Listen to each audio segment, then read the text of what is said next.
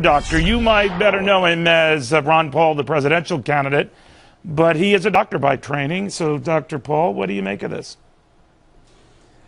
Well, I think it is not a bad idea to look at over-testing, but I don't think you can deal with over-testing without talking about, the legal and the lawsuits. When you go to the emergency room, believe me, you get over-tested. But it's the threat of a lawsuit that prompts so much of that. Decisions of over-testing or under-testing should be made the old-fashioned way, a decision between the doctor and the patient. So once the government gets involved, or insurance companies, when they become the third party payment encourages over-testing as well. And when that happens, then there's a sort of a type of a rationing. The insurance company will ration by making you get pre-approval and dictate how you practice medicine. But when the government gets involved, and I think this might be trying to head off the rationing and the concern about over-expenditures. Well, see, that's exactly what... mastermind. Right. That was my follow-up question, whether that is what's going on here. And these doctors, in other words, this group is saying, all right, ahead of that, here's this.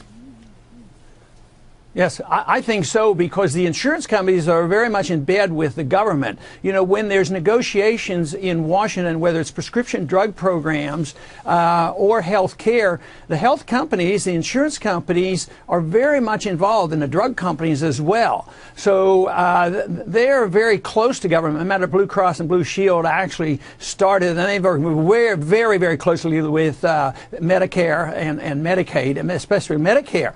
So yes, I don't think it's as easy to separate those two. But if doctors and the patients had the control, and the patients spent their early money, and if they had these medical savings account and they go to the doctor and decide, on this, that's who's supposed to be making these decisions, not blanket decisions. But our professional groups, I'm an OB doctor. If I got a recommendation medically, that would influence me in my thinking. But I think medicine is much more complicated. We have way too much government, and the expenses are off. Once you pump money into anything, whether it's education or housing or medicine, prices go up, and then they start worrying about rationing care. I think that's what's really coming to us. That would be inevitable, just doing the math. But, Congressman, on what the president has been saying about the Supreme Court, about justices and their role, and about being activists and what have you, I thought strange, his talking about political activism one way or the other, but be that as it may. I'm beginning to think that someone has told him on the court he's going to go down on this. I don't know if that's right. But what do you think of his, I wouldn't call it belligerent, but clearly in-your-face approach to the Supreme Court?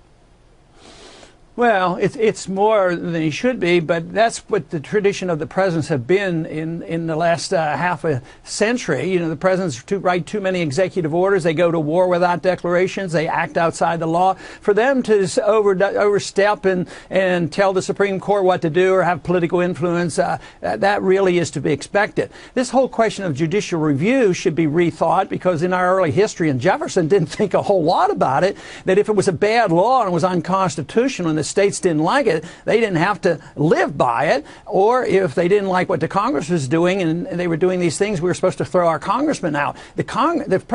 Originally thought, it was never thought the Supreme Court was to have control over every piece of legislation. Just look at the power of one Supreme Court justice. One justice can make all the difference in the world on this. Let's say they were trying to do some good and one justice ruled against it and canceled it all out. Well, it was never meant to have that here. much Justice power. Kennedy is in that role, right?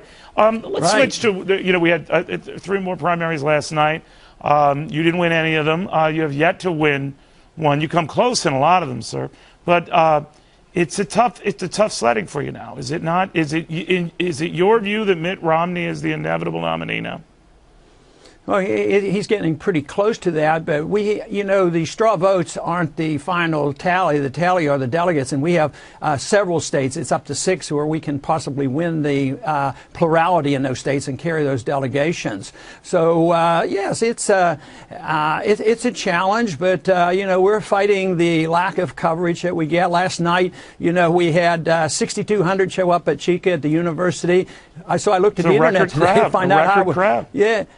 I looked for a release on this or an article, so I looked at the internet and they said, "Where's Ron Paul? He's disappeared. He's awfully quiet these days." Of course, we didn't think we were very quiet last night. We thought we had a great turnout, but we have to buck the trends. The status quo and the people in charge aren't too interested in hearing the challenges that I have with our foreign policy and our monetary policy. You're staying in this race. You're not going anywhere. It doesn't look like Newt Gingrich, even though he's downsized his campaign a bit, is leaving the race, per se. Rick Santorum staying on at least through Pennsylvania. So you guys are sticking this through, right?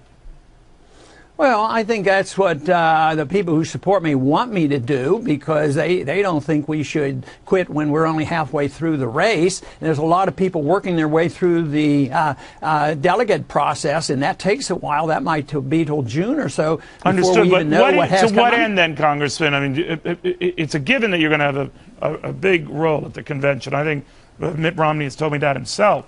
But beyond that, what would you want?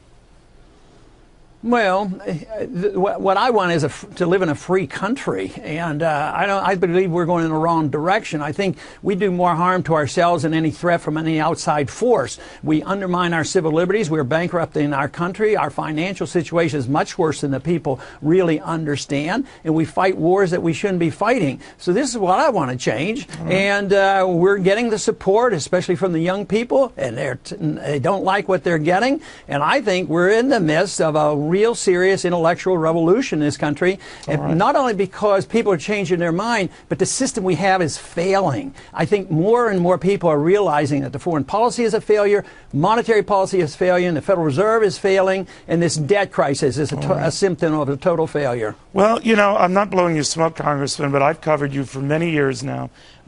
You're as honest as the day is long, and as prescient on these economic developments as anyone I know, long before anyone else. So you do have a role to play, big role. Congressman, always a pleasure. Thank you.